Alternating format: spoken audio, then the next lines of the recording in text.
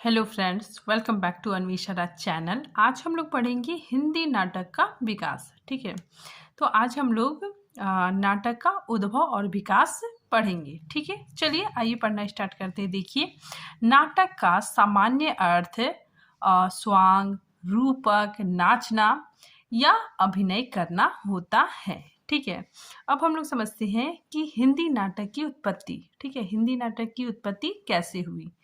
ठीक है, देखिए, संस्कृत में नाटक को काव्य का एक महत्वपूर्ण रूप मानकर दृश्य काव्य की श्रेणी में रखा गया। ठीक है, तो नाटक को दृश्य, ठीक है, दृश्य काव्य की श्रेणी में रखा गया। ठीक है, आगे देखिए, भरत मुनि ने नाट्य शास्त्र को नाटवेद या पंचम वेद कहा है। ठीक है, आगे देखिए, संस्कृत नाटकों से हिंदी नाटक का विकास हुआ। ठीक है, तो ये जो नाटक का विकास है, ठीक है, हिंदी नाटक का विकास, ये संस्कृत नाटकों से ही हिंदी नाटक का विकास हुआ। आगे देखिए, हिंदी नाटक से पूर्व, ठीक है, जो हिंदी नाटक थे, ठीक है, तो उससे पूर्व क्रमशः संस्कृत और प्राकृत में नाटक की दीर्घ परंपरा रही। ठीक है, तो इसमें बताया जा रहा है कि हिंदी नाटकों से पहले, ठीक है, पहले संस्कृत में नाटक लिखी जाती थी। ठीक है, उसके बाद फिर प्राकृत, ठीक है, प्राकृत में भी बहुत सारे नाटक लिखे गए। ठीक है, फिर आगे चलकर अपभ्रंश में यह परंपरा लगभग लुप्त हो गई। ठीक है, मतलब अपभ्रंश तक आते आते नाटक विधा लुप्त हो गई। ठीक है, देखिए, मैथिली और ब्रज भाषाओं में पद्मय नाटक लेखन हुआ। ठीक है, तो जो मैथिली भाषा है, ठीक है, और ब्रज भाषाओं में जो नाटक कैसे हुआ, पद्मय, ठीक है, पद के रूप में नाटक लेखन हुआ। ठीक है, आगे देखिए, मैथिली नाटक, ठीक है, तो मैथिली नाटक विद्यापति का गौरख विजय, ठीक है, ये क्या है, मैथिली भाषा में लिखा गया है। ठीक है, और ये मैथिली पद, ठीक है, पद में लिखा गया है। ठीक, आगे देखिए, पद्मय नाटक, ठीक है, जो नाटक पद में लिखा गया, ठीक है, तो वो रामायण महानाटक, ठीक है, ये पद में लिखा गया। ठीक है, और इसके नाटककार प्राणचंद्र चौहान है। ठीक है, 1610 ईस्वी में लिखा गया और ये ब्रज भाषा में लिखा गया। ठीक है, नेक्स्ट देखिए, करुणा भरण, ठीक है, ये लक्ष्मण राम द्वारा लिखा गया। ठीक है, 1598 ईस्वी में, और ये ब्रज भाषा में लिखा गया। ठीक है, आगे देखिए, आनंद रघुनंदन, ठीक है, ये नाटक रीवा नरेश विश्वनाथ द्वारा रचित है। ठीक है, और ये ब्रज भाषा में लिखा गया। आगे देखिए, शुक्ल जी ने केवल आनंद रघुनंदन को ही नाटकत्व स्वीकार किया है। ठीक है, तो ये जो आनंद रघुनंदन है, ठीक है, इसी को शुक्ल जी ने नाटक स्वीकार किया है। ठीक है, आगे देखिए, डॉक्टर नगेंद्र के अनुसार ये सभी पदनात्मक प्रबंध है। ठीक है, जिसमें काव्य गुणों का अभाव है। ठीक है, तो ये सारे जो हम लोग नाटक पढ़े अभी, ठीक है, उसमें डॉक्टर नगेंद्र जी का कहना है कि ये सभी जो नाटक है वो पद में लिखा हुआ है। ठीक है, और इसमें नाटक के गुणों का अभाव है। ठीक है, इसीलिए ये सारे नाटक डॉक्टर नगेंद्र और अन्य विद्वान नाटक नहीं मानते हैं। ठीक है, अब देखिए, हिंदी का प्रथम नाटक। ठीक है, तो देखिए, कुछ विद्वान आनंद रघुनंदन को हिंदी का प्रथम नाटक मानते हैं। ठीक है, फिर आगे देखिए, हिंदी साहित्य कोश भाग 1 के अनुसार गोपाल चंद्र गिरधर दास कृत नहुष ही हिंदी का प्रथम नाटक है। ठीक है, तो देखिए, कुछ विद्वान आनंद रघुनंदन को मानते हैं। ठीक है, जबकि हिंदी साहित्य कोश भाग 1 के अनुसार जो गोपाल चंद्र गिरधर दास, ठीक है, ये भारतेंदु जी के पिता का नाम है। ठीक है, तो गोपाल चंद्र गिरधर दास कृत नहुष ही हिंदी का प्रथम नाटक माना जाता है। ठीक है, फिर आगे देखिए, हिंदी नाटकों का प्रारंभ भले ही भारतेंदु पूर्व युग में हो चुका था। ठीक है, परंतु इसका विधिवत विकास भारतेंदु युग के नाटकों से हुआ। ठीक है, तो यहाँ पे बताया जा रहा है कि जो भारतेंदु जी है, ठीक है, भारतेंदु जी से पहले भी, ठीक है, नाटक लिखे जा रहे थे। ठीक है, लेकिन उसमें मतलब काव्य गुणों का उसमें अभाव पाया गया।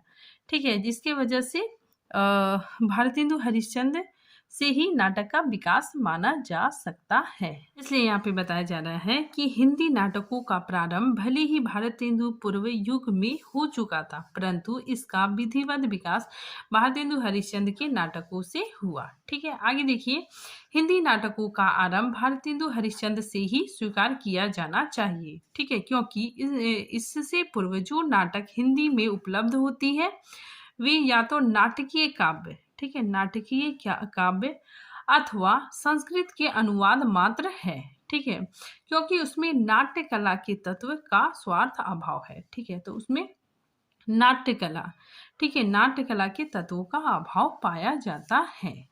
ठीक है, फिर आगे देखिए, हिंदी नाटक महत्वपूर्ण तथ्य। ठीक है, तो हिंदी नाटक महत्वपूर्ण तथ्यों को देखते हैं। देखिए, आचार्य रामचंद्र शुक्ल जी का कहना है, देखिए, विलक्षण बात यह है कि आधुनिक गद्य नाटक की परंपरा का प्रवर्तन नाटकों से हुआ। ठीक है, तो आचार्य रामचंद्र शुक्ल जी का कहना है कि जो आधुनिक गद्य साहित्य है, ठीक है, उस परंपरा का प्रवर्तक नाटकों से ही हुआ है।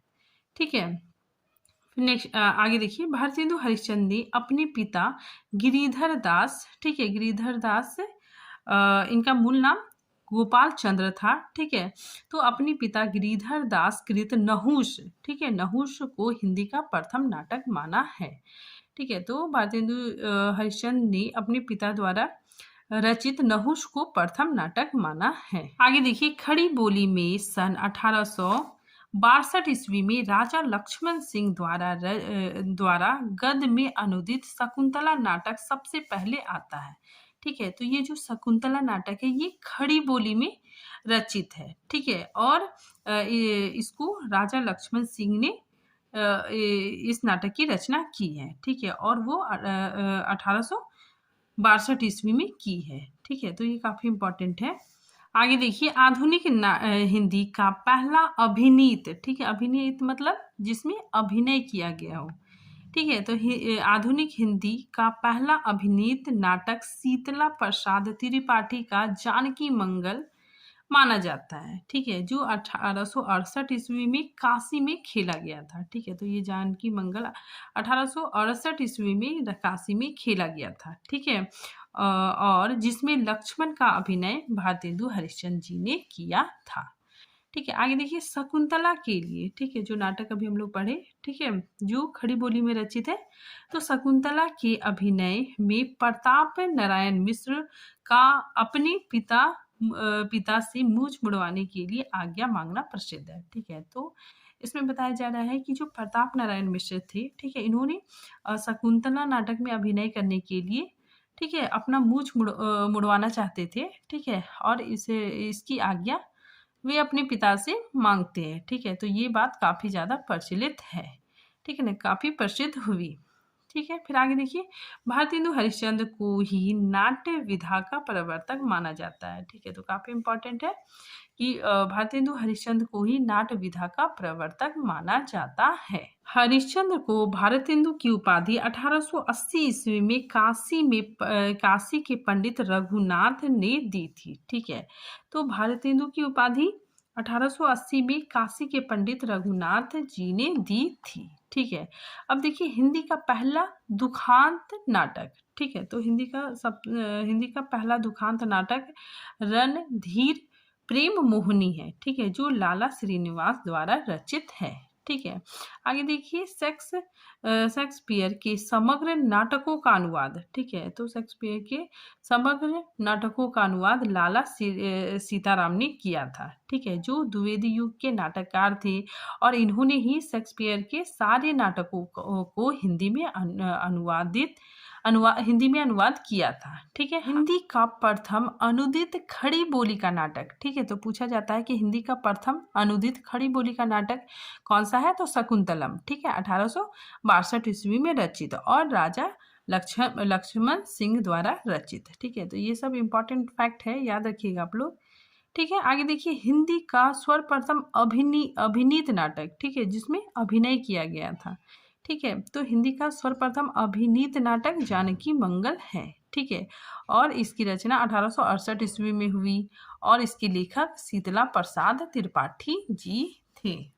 आगे देखिए, अब हम लोग पढ़ते हैं हिंदी नाटक का विकास, ठीक है। तो हिंदी नाटक का विकास सबसे पहले भारतेंदु युग, ठीक है, उसके बाद फिर द्विवेदी युग, उसके बाद प्रसाद युग, फिर प्रसादोत्तर युग, उसके बाद सठोत्तर युग, ठीक है।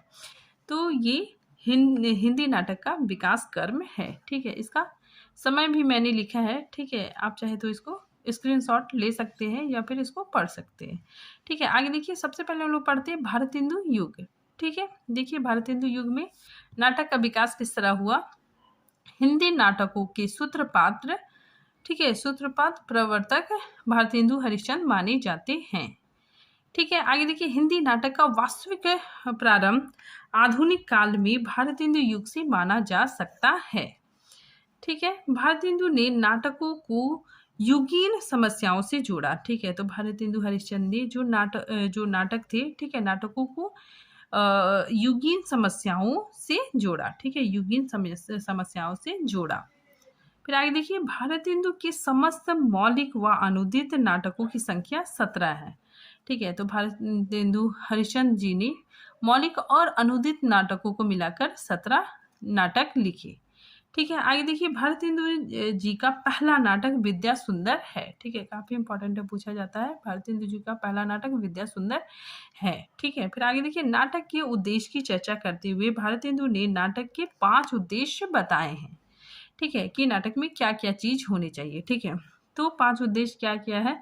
हास्य होना चाहिए, श्रृंगार, कौतुक, समाज संस्कार, ठीक है, और देश वात्सल्यता मतलब देश के प्रति प्रेम, ठीक है। आगे देखिए, भारतेंदु के नाटक भारत जननी, नील देवी, भारत दूरदशा, अंधेर नगरी, ये सब वात्सल्यता से ओतप्रोत है, ठीक है, मतलब देश प्रेम की भावना से ओतप्रोत नाटक है, ठीक है। फिर आगे देखिए, भारतेंदु का अधूरा नाटक, ठीक है। तो भारतेंदु जी का अधूरा नाटक सती प्रताप है, ठीक है, जिसे ये पूरा नहीं कर सके, ठीक है, और जिसे राधा कृष्ण दास ने पूरा किया था, ठीक है। तो बहुत इंपॉर्टेंट है, याद रखिएगा आप लोग कि भारतेंदु का अधूरा नाटक जिसे राधा कृष्ण ने पूरा किया था वो सती प्रताप था। आगे देखिए, भारतेंदु ने काशी में नेशनल थिएटर की स्थापना की थी, ठीक है। फिर आगे देखिए, भारतेंदु ने 3 पत्रिकाओं का संपादन किया था, ठीक है।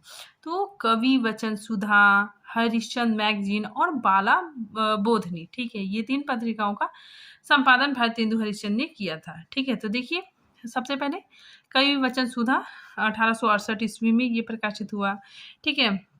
फिर हरिश्चंद्र मैगजीन 1863 ईस्वी में प्रकाशित मासिक पत्रिका थी, ठीक है, जो बाद में चेंज कर हरिश्चंद्र चंद्रिका हो गई थी, ठीक है। फिर बाला बोधनी 1874 ईस्वी में प्रकाशित हुई, ठीक है, और इसमें महिलाओं से संबंधित चीजें प्रकाशित होती थी, ठीक है। फिर आगे देखिए, भारतेंदु हरिश्चंद्र जी की कृतियां, ठीक है। तो देखिए, भारतेंदु ने 2 प्रकार के नाटक लिखे, ठीक है, पहला मौलिक नाटक और दूसरा अनुदित या रूपांतरित नाटक लिखे, ठीक। देखिए, भारतेंदु के अनुसार हिंदी के आरंभिक नाटक, ठीक है, तो भारतेंदु जी ने हिंदी के आरंभिक नाटक, ठीक है, और नाटककार किसे किसे माना है, ठीक है, उस चीज को हम लोग देखते हैं, ठीक है। तो देखिए, इधर नाटक है, इधर ईस्वी है और इधर नाटककार, ठीक है। तो भारतेंदु हरिश्चंद्र ने नहुष, ठीक है, नहुष को प्रथम नाटक माना है, ठीक है। तो जो नहुष नाटक है ये इनके पिता द्वारा रचित है, ठीक है, और ये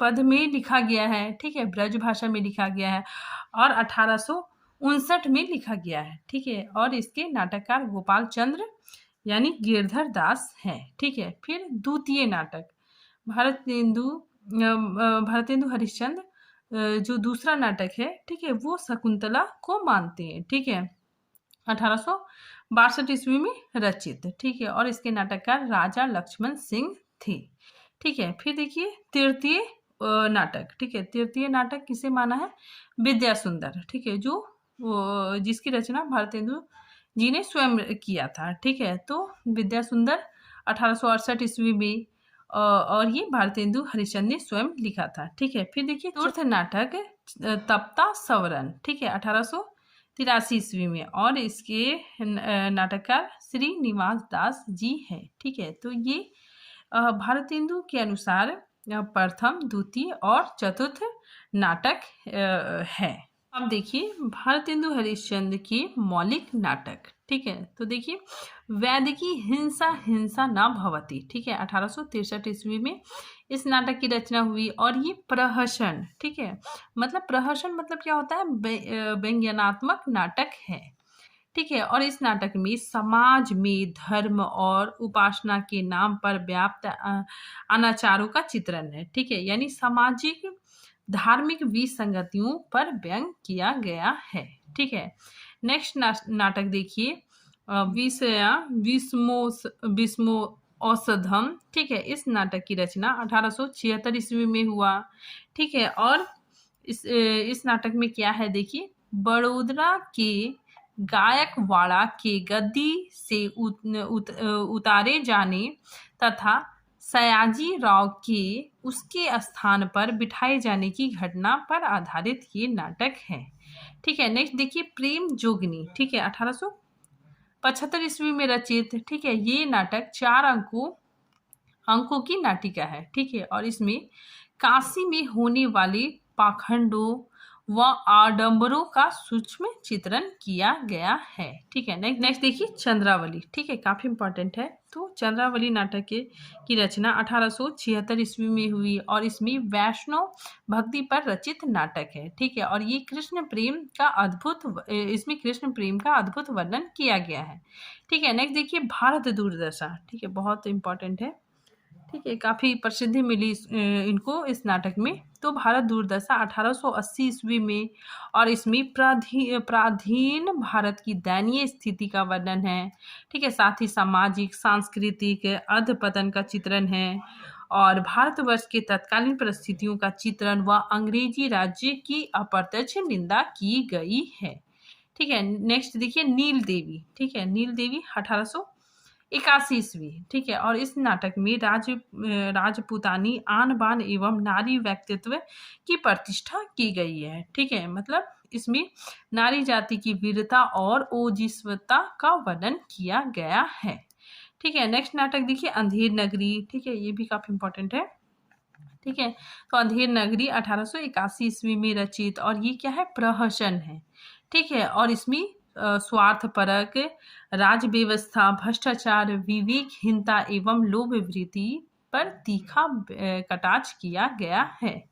ठीक है, नेक्स्ट देखिए सती प्रताप। ठीक है, ये नाटक 1883 ईस्वी में रचित इसकी रचना हुई, और इसमें पौराणिक कथा सावित्री और सत्यवान के महत्वपूर्ण जीवन पर आधारित नाटक है। अब देखिए भारतेंदु हरिश्चंद्र के अनुदित नाटक। ठीक है, तो देखिए इनके कुछ अनुदित नाटक। ठीक है, देखिए इधर अनुदित नाटक है, इधर वर्ष है। ठीक है, और ये मूल नाटक। ठीक है, ये मूल नाटक है।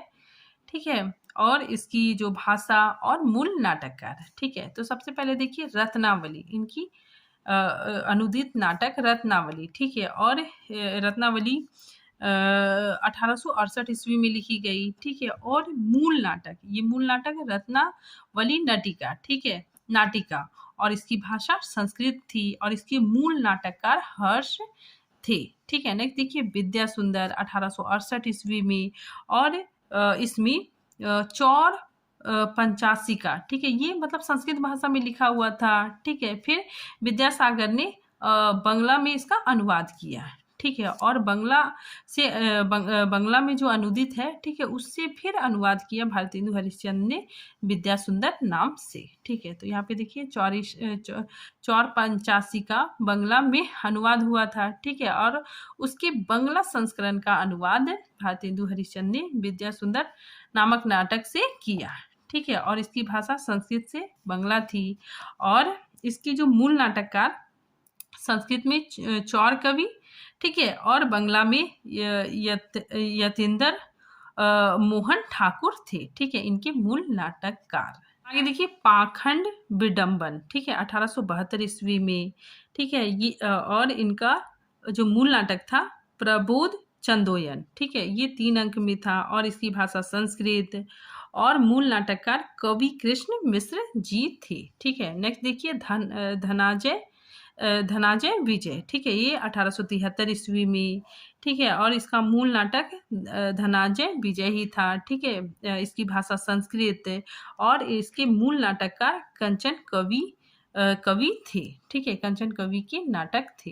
देखिए मुद्रा राक्षस, ठीक है, 1868 ईस्वी में, ठीक है, मुद्रा राक्षस, फिर ये इसकी भाषा संस्कृत थी, ठीक है, और इसके मूल नाटककार विशाखा दत्त का नाटक था, ठीक है। नेक्स्ट देखिए दुर्लभ बंधु, ठीक है, 1880 ईस्वी में, और मूल नाटक मार्चेंट ऑफ वेनिस, ठीक है, इसकी भाषा अंग्रेजी और इसके मूल नाटककार विलियम शेक्सपियर थे, ठीक है। नेक्स्ट देखिए कपूर मंजरी, काफ़ी इंपॉर्टेंट है, ठीक है, ये नाटक 1875 ईस्वी में, ठीक है, और मूल नाटक कपूर मंजरी, ठीक है, इसकी भाषा प्राकृत और मूल नाटककार राजशेखर थे, ठीक है। नेक्स्ट देखिए सत्य हरिश्चंद्र, ठीक है, ये 1875 ईस्वी में, चंड कौशिक बांग्ला भाषा में और इसके मूल नाटककार छमेश्वर थे।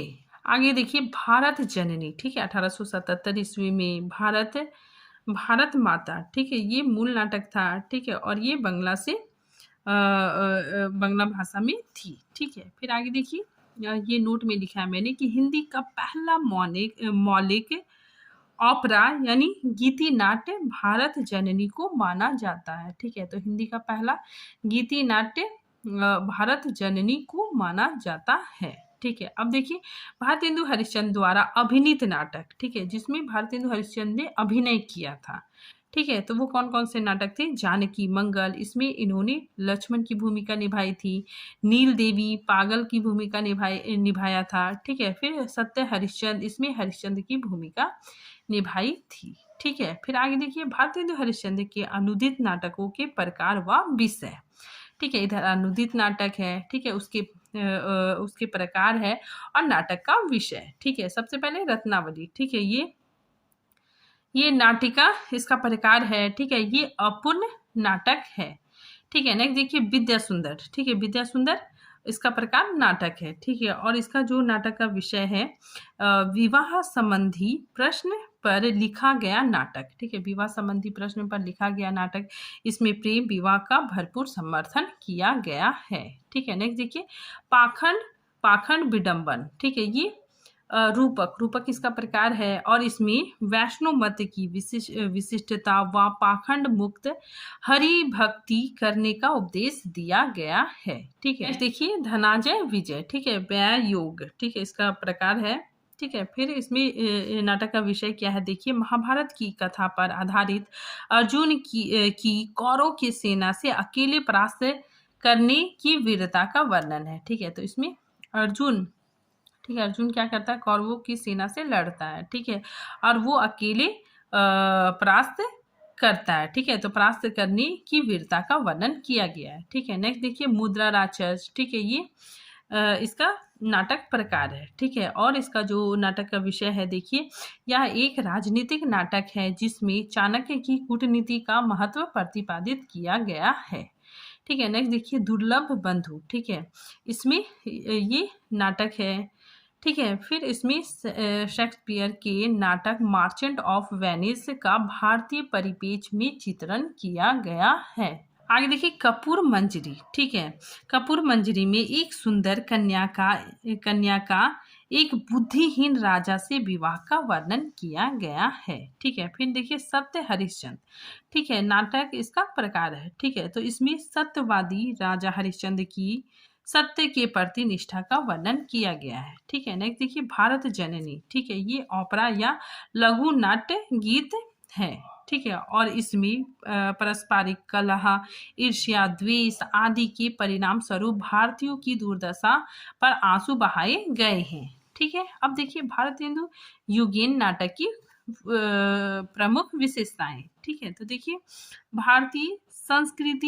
भारतीय संस्कृति राष्ट्र के प्रति प्रेम, ठीक है, राष्ट्र के प्रति प्रेम उत्पन्न करना, ठीक है, ये भारतेंदु युग नाटक की विशेषता है, ठीक है। नेक्स्ट देखिए मानव मूल्यों के प्रति आस्था जगाना, ठीक है। फिर सुधारवादी दृष्टिकोण एवं सामाजिक उद्बोधन, ठीक है। नेक्स्ट देखिए फारसी, ये काफ़ी इंपॉर्टेंट है। ठीक है, फारसी रंगमंच के व्यावसायिक उद्देश्यहीन मूलहीन नाटकों का विरोध। ठीक है, तो इसमें भारतेंदु युग में, ठीक है, भारतेंदु जी, ठीक है, फारसी रंगमंच का विरोध करते थे। ठीक है, जो मतलब भारतेंदु युग के नाटककार थे वे फारसी रंगमंच का विरोध करते थे।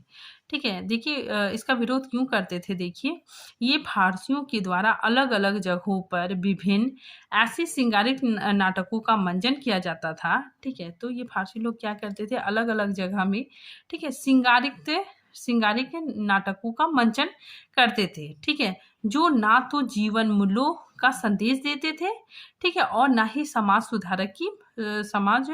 सुधारक की बात करते थे। ठीक है, उनका उद्देश्य क्या था, सस्ता मनोरंजन। ठीक है, उनका उद्देश्य सस्ता मनोरंजन करना था। ठीक है, तो ऐसे नाटकों का विरोध भारतेंदु युग के नाटककारों ने किया। अब देखिए भारतेंदु युगीन नाटककार। ठीक है, देखिए इधर नाटककार है और इधर नाटक। तो श्रीनिवास दास, ठीक है, ये भारतेंदु युगीन नाटककार थे। ठीक है, और इनके प्रमुख नाटक रणधीर प्रेम मोहिनी और संयोगिता स्वयंवर। ठीक है, फिर नेक्स्ट देखिए राधा कृष्ण दास, इनका नाटक महारानी पद्मावती और महाराणा प्रताप सिंह था। ठीक है, नेक्स्ट देखिए किशोरी लाल गोस्वामी, ठीक है, इनके द्वारा रचित नाटक चौपट चपेट प्रहसन। ठीक है, काफी इंपॉर्टेंट है। और मयक मंजरी। ठीक है, फिर नेक्स्ट देखिए बाल कृष्ण भट्ट, ठीक है, इनके द्वारा रचित नाटक नल दमयंती स्वयंवर। ठीक है, और काली राज की सभा। ठीक है, नेक्स्ट देखिए प्रताप नारायण मिश्र, ठीक है, इनके द्वारा रचित नाटक भारत दूरदशा। ठीक है, इसमें आप लोग कंफ्यूज मत कीजिएगा, भारत दूरदशा प्रताप नारायण मिश्र ने भी लिखा और भारतेंदु हरिश्चंद्र जी ने भी लिखा। ठीक है, तो काफी इंपॉर्टेंट है प्रताप नारायण मिश्र का भारत दूरदशा और हट्टी हमीर।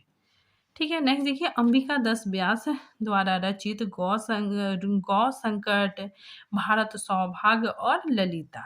अब हम लोग पढ़ते हैं द्विवेदी युग। ठीक है, देखिए नाट्य साहित्य की दृष्टि से विशेष समृद्ध नहीं रही। ठीक है, तो द्विवेदी युग में जो नाटक है, ठीक है, वो मतलब विशेष रूप से समृद्ध नहीं हुई। ठीक है, फिर आगे देखिए भारतेंदु के पश्चात 25 वर्षों तक हिंदी नाट्य साहित्य हरासो उन्मुख, ठीक है, हरासो उन्मुख रहा। ठीक है, यानी नाटक इस युग में उन्नति नहीं किए। ठीक है, जिस तरह भारतेंदु युग में नाटक का विकास हुआ, ठीक है, तो द्विवेदी युग आते आते जो नाटक था, ठीक है, जो नाटक साहित्य था, हिंदी नाट्य साहित्य हरासोन्मुख हो गई, मतलब नाटक उन्नति नहीं की। ठीक है, फिर आगे देखिए रोमांचकारी अनुदित नाटक लेखन और फारसी रंगमंच का प्रभाव रहा। ठीक है, तो द्विवेदी युग तक आते आते फारसी रंगमंच का प्रभाव बढ़ गया। ठीक है, और इसमें रोमांचकारी और अनुदित नाटक लेखन हुए। ठीक है, फिर आगे देखिए फारसी रंगमंच का सस्ता मनोरंजन अधिक लोकप्रिय होने लगा। ठीक है, फिर आगे देखिए अनुदित नाटकों में मूल आत्मा का ह्रास हो गया। ठीक है, जो अनुदित नाटक थे, ठीक है, वो भी मतलब बहुत उच्च कोटि के नहीं रचे जा रहे थे। ठीक है, तो अनुदित नाटकों में मूल आत्मा का ह्रास हो गया, मतलब अनुदित नाटक भी बहुत उच्च कोटि के नाटक नहीं थे। ठीक है, आगे देखिए भारतेंदु एवं प्रसाद की मध्य कोई श्रेष्ठ नाटककार नहीं हुई। ठीक है, तो भारतेंदु और प्रसाद, ठीक है, बीच में द्विवेदी युग आ गया, तो भारतेंदु और प्रसाद के मध्य कोई, ठीक है, कोई श्रेष्ठ नाटककार नहीं हुए। ठीक है, तो द्विवेदी युग में कोई भी श्रेष्ठ नाटककार नहीं हुए। इसमें बताया जा रहा है कि द्विवेदी युग में नाटक का विकास नहीं हुआ। ठीक है, फिर आगे देखिए बद्रीनाथ भट्ट अपवाद, ठीक है, ये अपवाद है, किंतु वे भी फारसी रंगमंच से प्रभावित रहे। इस युग में संस्कृत, अंग्रेजी और बंगला नाटकों का हिंदी में अनुवाद किया गया। अब देखिए द्विवेदी युग के नाटककार। ठीक है, तो द्विवेदी युग के कुछ नाटककारों को देखते हैं। शिवनंदन सहाय, ठीक है, इनका नाटक सुदामा, ठीक है, सुदामा नाटक लिखा। ब्रजनंदन सहाय उद्धव नाटक लिखा। ठीक है, गंगा प्रसाद रामाभिषेक नाटक लिखा। ठीक है, महावीर सिंह नल दमयंती, बालकृष्ण भट्ट वेणु संहार। ठीक है, जयशंकर प्रसाद, ठीक है, जयशंकर प्रसाद करुणालय और राजश्री। ठीक है, फिर आगे देखिए माखनलाल चतुर्वेदी का नाटक कृष्ण अर्जुन युद्ध, ठीक है। फिर वृंदा लाल वर्मा सेनापति उद्दल और फिर नेक्स्ट देखिए मिस्र बंधु नेत्रो मिलन, ठीक है। फिर बद्री भट्ट चुंगी की उम्मीदारी, ठीक है, ये प्रहसन है, ठीक है। अब हम लोग पढ़ते हैं प्रसाद युग। देखिए प्रसाद युग, ठीक है। तो प्रसाद युग में नाटक का बहुत ही ज्यादा विकास हुआ, ठीक है। देखिए भारतेंदु द्वारा स्थापित नाटक एवं रंगमंच परंपरा को नई दिशा प्रदान हुई, ठीक है। तो प्रसाद युग में जो नाटक था, ठीक है, उसको नई दिशा प्रदान हुई, ठीक है। प्रमुखता ऐतिहासिक नाटक लिखे गए, ठीक है। तो इसमें मतलब ज्यादातर ऐतिहासिक नाटक लिखे गए। करुणालय से गीति नाट्य परंपरा का सूत्रपात हुआ, ठीक है। तो करुणालय से गीति नाट्य परंपरा का सूत्रपात हुआ, ठीक है। फिर आगे देखिए जयशंकर प्रसाद की रचना एक घूट, ठीक है, से हिंदी एकांकी नाटक का सूत्रपात हुआ, ठीक है। तो एक घूट ये क्या है, पहला एकांकी नाटक है, ठीक है। फिर आगे देखिए प्रमुखता ऐतिहासिक पौराणिक राष्ट्रीय चेतना एवं सांस्कृतिक बोध से संबद्ध नाटक लिखे गए, ठीक है। तो इस समय प्रसाद युग में ऐतिहासिक पौराणिक राष्ट्रीय चेतना, ठीक है, सांस्कृतिक बोध से संबंधित नाटक लिखे गए, ठीक है। फिर आगे देखिए भारतीय नाट्य परंपरा एवं पाश्चात्य नाट्य कला का समन्वयन देखने को मिलता है। आगे देखिए नाटकों में सारस एवं प्रासंगिक गीतों का प्रयोग किया गया, ठीक है। तो काफी इंपॉर्टेंट है। प्रसाद युग तक आते आते नाटक में सारस एवं प्रासंगिक गीतों का प्रयोग होने लगा। आगे देखिए पात्रों में अंतर्मन की सूक्ष्म संवेदनाओं की अभिव्यक्ति होने लगी। हास्य व्यंग प्रधान नाटक लेखन में गंगा प्रसाद, ठीक है, काफी इंपॉर्टेंट है, गंगा प्रसाद श्रीवास्तव के नाटक उल्लेखनीय हैं, ठीक है। अब देखिए प्रसाद युगीन नाटककार, ठीक है। तो प्रसाद युग के महत्वपूर्ण नाटककारों को देखिए हरि कृष्ण प्रेमी, ठीक है, इनका नाटक स्वर्ण विहान, रक्षाबंधन काफी इंपॉर्टेंट है, ठीक है, पाताल विजय, प्रतिशोध, शिव साधना, ठीक है। नेक्स्ट देखिए लक्ष्मी नारायण मिश्र, इनका प्रमुख नाटक अशोक, सन्यासी, राक्षस का मंदिर, मुक्ति का रहस्य, ठीक है, राजयोग, सिंदूर की होली काफी इंपॉर्टेंट है, ठीक है, पूछा जाता है सिंदूर की होली किसकी है, तो लक्ष्मी नारायण मिश्र जी की, ठीक है। फिर आधी रात ये इनके प्रमुख नाटक हैं, ठीक है। नेक्स्ट देखिए सेठ गोविंद दास, इनके प्रमुख नाटक प्रकाश, हर्ष और कर्तव्य आदि है, ठीक है। नेक्स्ट देखिए गोविंद बल्लभ पंत, ठीक है, इनके द्वारा रचित नाटक वर्णमाला, ठीक है, और राजमुकुट थे, ठीक है। फिर नेक्स्ट देखिए वृंदालाल वर्मा, ठीक है, इनके द्वारा रचित नाटक सेनापति उदल और राखी की लाज, ठीक है। अब हम लोग पढ़ते हैं प्रसादोत्तर युग। अब देखिए प्रसादोत्तर युग, ठीक है, मतलब जयशंकर प्रसाद के बाद का युग, ठीक है। तो देखिए नाटक रंगमंच और जीवन की यथार्थ से जुड़ा, ठीक है, जो नाटक है वो जीवन, ठीक है, जीवन के यथार्थ से जुड़ा, ठीक है, जीवन की सच्चाई से जुड़ा, ठीक है। फिर आगे देखिए उपेंद्र नाथ अस्क पहले नाटककार हुए जिन्होंने हिंदी नाटक को रोमांस के कटघरे से बाहर निकलकर आधुनिक भावबोध से जोड़ दिया, ठीक है। तो उपेंद्र नाथ अस्क ऐसे नाटककार थे जिन्होंने नाटक में जो रोमांस था, ठीक है, उससे बाहर निकलकर आधुनिक भावबोध से जोड़ा, ठीक है। आगे देखिए नाटकों में मनोवैज्ञानिकता की अभिव्यक्ति होने लगी। फिर आगे देखिए युगीन संदर्भों में पात्रों के आंतरिक द्वंद्व, ठीक है, पात्रों के आंतरिक द्वंद्व एवं अंत संघर्ष की सूक्ष्म अभिव्यक्ति होने लगी, ठीक है। सामाजिक कुरीतियों से संबंधित नाटक लिखे गए, ठीक है, जो समाज में व्याप्त बुराइयां थी, ठीक है, उससे संबंधित नाटक लिखे गए, ठीक है। प्रेम प्रधान एवं समस्या प्रधान, ठीक है, जो समस्याएं समाज में चल रही थी, ठीक है, तो समस्या प्रधान नाटक लिखे गए। आगे देखिए बौद्धिकता, वैचारिकता और यथार्थ का समन्वय हुआ, ठीक है। बौद्धिकता मतलब इसमें तर्क प्रधान नाटक लिखे गए हैं, ठीक है, चिंता प्रधान और यथार्थ भी शामिल हुआ, ठीक है। फिर आगे देखिए स्वतंत्रता योतर विषमताओं एवं विसंगतियों का चित्रण। ठीक है, मतलब स्वतंत्रता के बाद जो देश की स्थिति थी, ठीक है, उसका भी वर्णन नाटकों में होने लगा। ठीक है, अब हम लोग पढ़ते हैं प्रसादोत्तर नाटककार। ठीक है, कौन कौन प्रमुख नाटककार थे। ठीक है, तो देखिए उपेंद्र नाथ अस्क। ठीक है, इनका प्रमुख नाटक जय प्रजय, जय पराजय, कैद, उड़ान, अजो दीदी। ठीक है, बहुत बार पूछा जाता है, काफी इंपॉर्टेंट है। छठा बेटा। ठीक है, ये भी काफी इंपॉर्टेंट है। ठीक है, नेक्स्ट देखिए विष्णु प्रभाकर की रचना हत्या के बाद। ठीक है, ये प्रथम नाट्य कृति है। ठीक है, फिर आगे समाधि समाधि नौ नौ प्रभात, डॉक्टर। ठीक है, ये भी काफी इंपॉर्टेंट है। प्रकाश और परछाइयाँ, रक्त चंदन, युगों युगों की क्रांति। ठीक है, ये सब पूछा जाता है, काफी इंपॉर्टेंट है। और बंदिनी। ठीक है, ये भी काफी इंपॉर्टेंट है। ये सारे नाटक विष्णु प्रभाकर द्वारा रचे गए। ठीक है, आगे देखिए नोट में विष्णु प्रभाकर रेडियो नाटक के प्रवर्तक माने जाते हैं।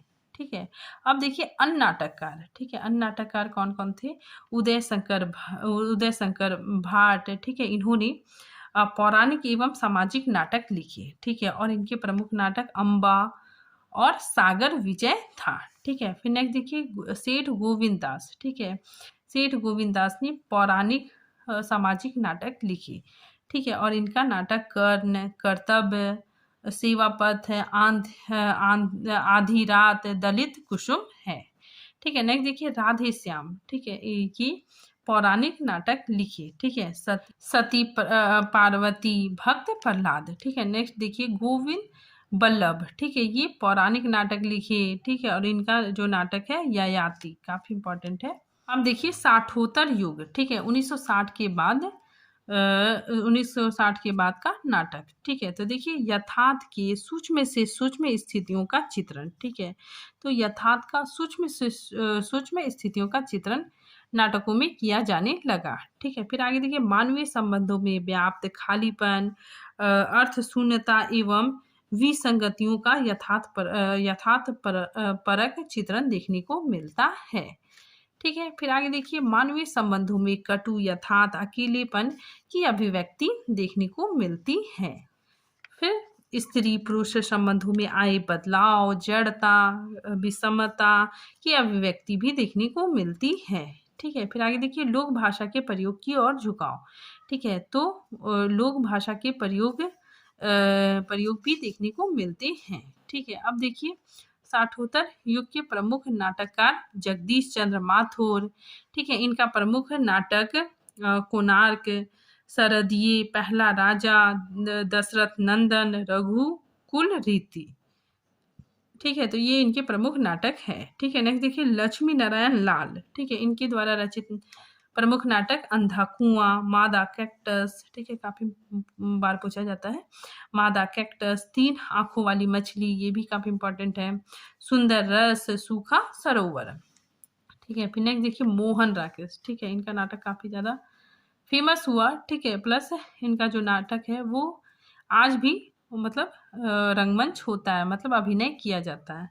ठीक है, तो मोहन राकेश का जो नाटक है आषाढ़ का एक दिन, काफी फेमस है। ठीक है, 1998 ईस्वी में ये प्रकाशित ये लिखा गया। फिर लहरों का राजहंस, आधे अधूरे। ठीक है, पैर तले की जमीन। ठीक है, ये उपन्यास अधूरा है। ठीक है, और ये अपूर्ण है और इसे कमलेश्वर द्वारा पूरा किया गया। ठीक है, नेक्स्ट देखिए भीष्म सहानी। ठीक है, इनके द्वारा रचित नाटक हनुष, कबीरा खड़ा बाजार में। ठीक है, माधवी, मुआजे, रंग दे बसंती चोला। ठीक है, तो ये सारे प्रमुख नाटक भीष्म सहानी जी की है। ठीक है, तो ये टॉपिक आज यहाँ पे समाप्त होता है। ठीक है, मिलते हैं नेक्स्ट टॉपिक के साथ, तब तक के लिए थैंक यू।